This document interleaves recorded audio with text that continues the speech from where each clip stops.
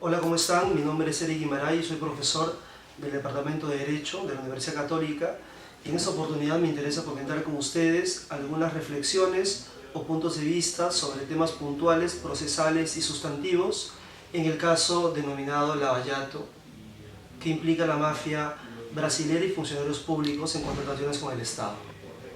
El Ministerio Público ha dado cierta información acerca de la investigación fiscal y somos testigos de cómo las empresas se valieron de muchos mecanismos para que sus coimas lleguen a los funcionarios peruanos a través de, por ejemplo, viajes con dinero en efectivo, portándolos.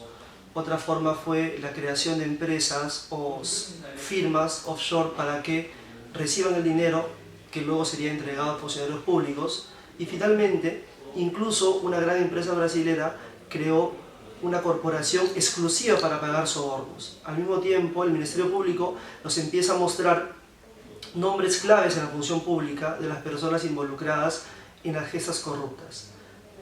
Ambos escenarios solo nos muestran la complejidad de la información y lo difícil que debe ser la tarea fiscal a efectos de probar el delito, pero también investigar el delito. De la información con la que contamos, los delitos imputados son cohecho, tráfico de influencias, colusión, asociación ilícita para delinquir y además defraudación tributaria.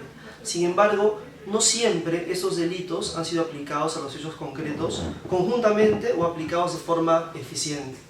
Es decir, si de lo que se trata es de investigar el pago a un funcionario público en la víspera de una contratación pública, estamos claramente ante dos delitos de corrupción, la colusión y el cohecho. Sin embargo, no siempre se ha calificado así. Además, si esta contratación, absolutamente concertada y legalmente, requiere la participación de dos o más personas, requiere la coordinación de entidades de un mismo sector del Estado o incluso de oficinas de una misma entidad pública, estamos claramente ante elementos de crimen organizado. Es decir, estamos claramente ante la figura de la asociación ilícita para delinquir.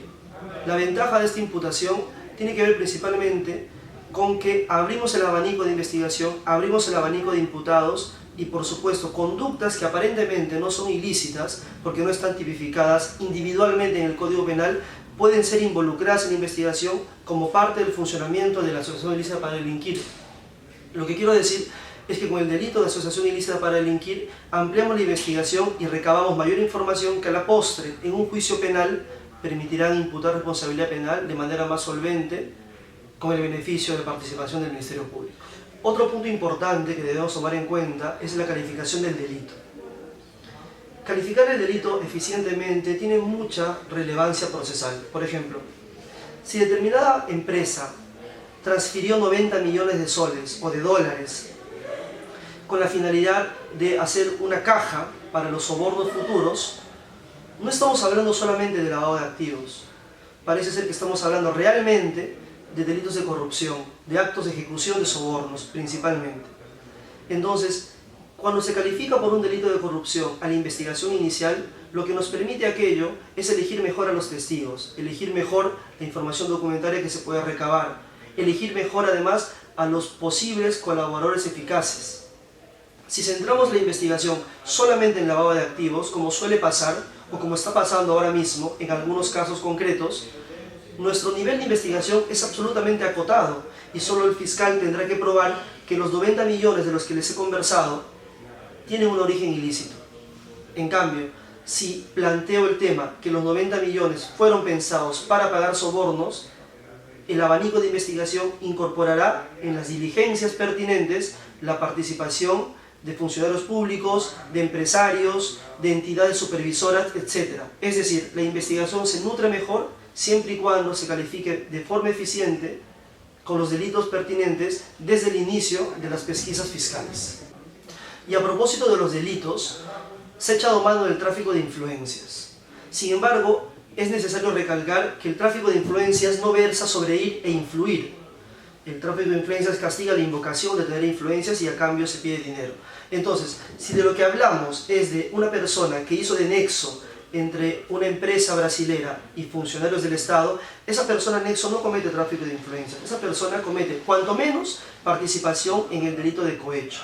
Entonces, dada la tipicidad del delito de tráfico de influencias, podemos en el caso concreto prescindir de su utilización. El Ministerio Público debería prescindir en la medida de lo posible de esta tipificación. Es más, Barata ha solicitado la prescripción de su delito. ¿Por qué? Porque se le imputó tráfico de influencias. Además, por un quantum de pena, parece que es un delito del cual debamos prescindir en esta investigación denominada Lavallato. El Ministerio Público también nos hizo saber, a la opinión pública, sobre allanamientos a viviendas en el marco de una mega investigación. Y a propósito de esa mega investigación, también está solicitando prisiones preventivas contra los involucrados. En este tema, el Ministerio Público debe actuar muy finamente, porque es necesario que las diligencias que se solicitan o las medidas de coerción personal o real que se están solicitando se realicen de la manera más objetiva y legal posible para evitar nulidades futuras y para evitar, por supuesto, el desprestigio del Ministerio Público. El caso más representativo es el de ahora, Romero, autoridad del Callao. Lo que pasó finalmente fue que allanaron la vivienda de Romero y luego se solicitó prisión preventiva. Sin embargo, el ordenamiento procesal tiene más herramientas para hacer eficiente la investigación y, por supuesto, las medidas de coerción personal que aseguran la presencia del imputado en el proceso y su declaración. Primero, lo que pudo haber pasado es que el Ministerio Público allane la vivienda de Félix Moreno e inmediatamente solicite una detención preliminar, que puede ir de un día a 5, 7 o 15 días. Es que eso es lo de menos, pero la idea era allanar a Moreno y detenerlo preliminarmente. Con la información recabada, formalizar en los días en que está detenido preliminarmente, formalizar la investigación y ya en el marco de una formalización abierta, pedir la prisión preventiva. Claro, en un sistema ágil y rápido esto tendría viabilidad. Sin embargo, el proceso penal tarda un poquito más de lo que yo he narrado. Otro escenario, el Ministerio Público allana la casa de Moreno con la única finalidad de probarle al juez en la audiencia que ahorita se está dando de que una persona, una vez allanada, ya tiene razones para fugarse. Entonces, con ese argumento, solicito la prisión preventiva de 18 meses. Hasta antes del allanamiento, no habría un indicio razonable para presumir o predicar de Moreno que se intenta fugar y la audiencia de detención preventiva no tendría sentido porque no hay un indicio de fuga. Tercero, esta información respecto de que alguien cercano a Moreno se ha constituido o ha solicitado ser colaborador eficaz, no es tan cierto o no necesariamente debería ser tan cierto. Lo que quiero decir es que a Moreno no se le allana o no se le formaliza una investigación o no se le procesa porque Shavit ha dicho que él ha sido el autor del delito. Porque la colaboración eficaz debe ser corroborada por el Ministerio Público y por el tiempo pasado entre la supuesta declaración de Shavit y la medida solicitada contra Moreno ha pasado un espacio de tiempo muy reducido que a priori nos podría hacer pensar que el fiscal no corroboró nada. Entonces, parece ser que la medida que solicita el fiscal, que la formalización de investigación que ha presentado el fiscal, tiene que ver con información previa, información que el fiscal debe valorar y analizar objetiva y minuciosamente.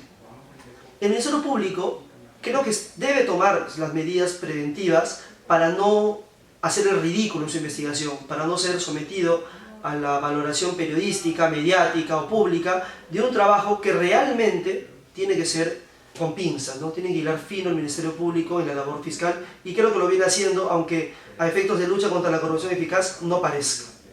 Sobre el tema de colaboración eficaz, tenemos ya un marco normativo nuevo que ha planteado algunas modificaciones y por supuesto la colaboración eficaz es piedra angular en una investigación en casos de gran corrupción, de organizaciones criminales muy bien montadas, organizadas y coordinadas. Y por supuesto que la prisión preventiva sirve de mucho porque una persona imputada, presa, tiende a colaborar que estando en libertad.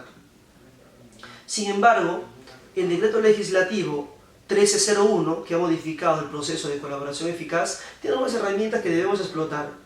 Primero, permite que una persona investigada o no investigada se someta al proceso. Lo que la Procuraduría Pública Anticorrupción, por ejemplo, podría hacer es revisar los nombres de las personas involucradas y presentarse ante ellos y presentarlos al Ministerio Público a efectos de que se piensen o reflexionen o se planteen la posibilidad de ser colaboradores eficaces. Lo que quiero decir es que la delación de una persona que no esté investigada puede ser una delación absolutamente rica en información y en nombres que una persona que ya está procesada, porque la persona que ya está procesada sabe que tiene que aceptar los cargos, sabe que para adquirir los beneficios premiales debe aceptar los cargos que probablemente ella misma está describiendo, esta persona. No se ha hecho uso de eso y debería hacerse uso de las herramientas del decreto legislativo 1301. Claro, puede ser que no suceda esto.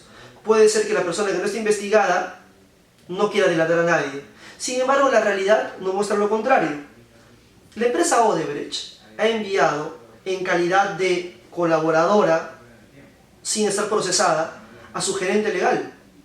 Y su gerente legal ha dado nombres importantísimos de personas del gobierno aprista principalmente que hoy en día están procesadas.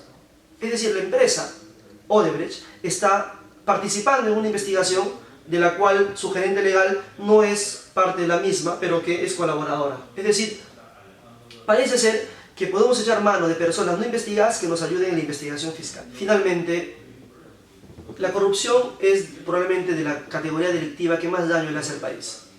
Y si la víctima es el Estado, ¿no? Porque es un bien colectivo y tal.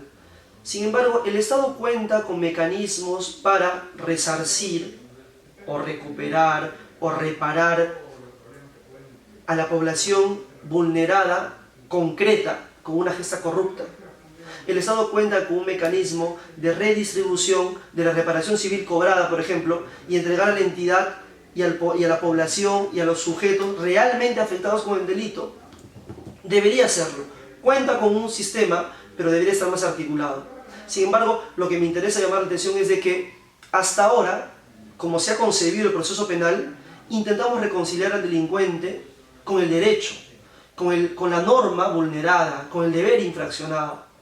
Sin embargo, lo que principalmente debemos buscar es que el delincuente se reconcilie con su víctima, que es lo primero que nos permitiría sentar las bases de un sistema de relación absolutamente pacífico y que genere estándares de convivencia social eficiente.